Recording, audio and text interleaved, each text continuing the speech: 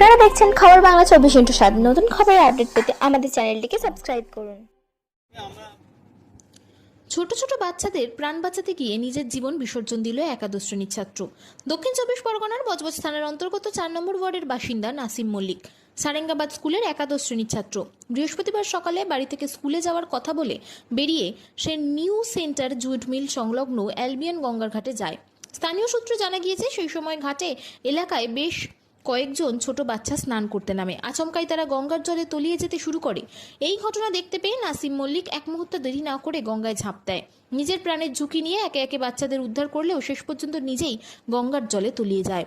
ঘটনার পর এলাকায় চাঞ্চল্য ছড়িয়ে পড়ে। স্থানীয় বাসিন্দারা সঙ্গে সঙ্গে পুলিশকে খবর দেন এবং নিজেরাও নদীতে নেমে তল্লাশি শুরু করেন। প্রায় 3 ঘন্টার চেষ্টার পর নাসিম মল্লিককে উদ্ধার করে স্থানীয় হাসপাতালে নিয়ে যাওয়া হলে চিকিৎসকরা তাকে মৃত বলে ঘোষণা করেন। নাসিমের এই আত্মত্যাগে শোকের ছায়া নেমে এসেছে গোটা এলাকায়। ছোট ছোট বাচ্চাদের প্রাণ বাঁচাতে গিয়ে নিজের জীবন উৎসর্গ করা এই ছাত্রকে সাহসিকতাকে কুর্নিশ জানাচ্ছে এলাকার মানুষ।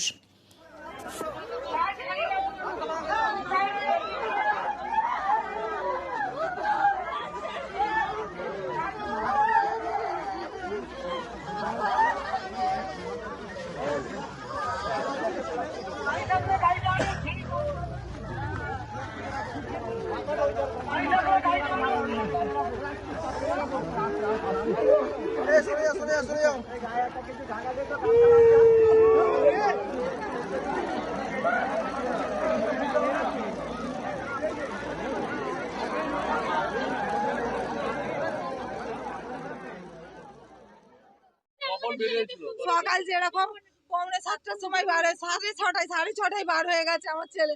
আমি জানি স্কুলে গেছে, স্কুলে খারেঙ্গাবাদ স্কুলে পড়ে। আল্লাহ, আমার ছেলে কোথায় গেল আমি কিছু আমি তো খবর পাচ্ছি 9টা 9:30। আমার ছেলে কার সাথে কখন তাও আমি জানি না। কেন এখানে সাঁতার জানে আমার ছেলে, সাঁতার জানে কাকে নাকি বাঁচা থেকে আমার ছেলে কেন কোন দিক গেল? একটু ডুবড়ি ঠিকঠাক মতো নামার ছেলে কেন? তাড়াতাড়ি তদন্ত করলে তবে আমার ছেলে তো তবে তো পাবে তাড়াতাড়ি। এত দেরি হলে কি করে আমার ছেলেকে খোঁজ পাবে? এত দেরি করলে কি করে হবে? এত তাড়াতাড়ি খুঁজতে হবে তো। এইরকম করে খোঁজ করলে কি করে খোঁজ পাবে?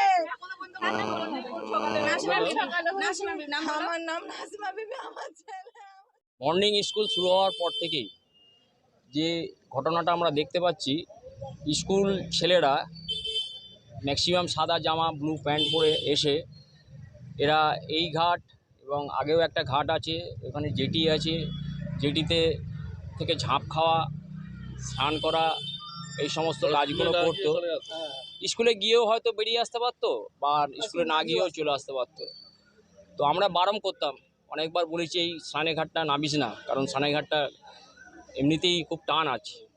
এর আগেও 2-1 আর কি ঘটনা ঘটেছে আর কি। ঘটনাটাও সেম জিনিস।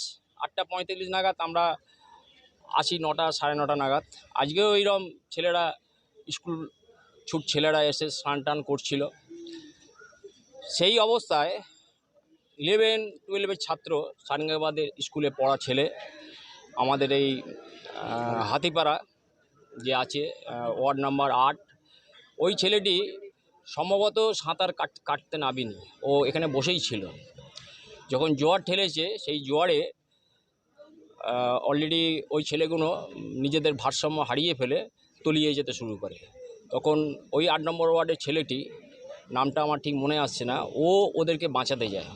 বাঁচাতে গিয়ে সব তুলেও দেয়, ওই সমস্ত 6, 7, 5-এ পড়া ছেলেদেরকে।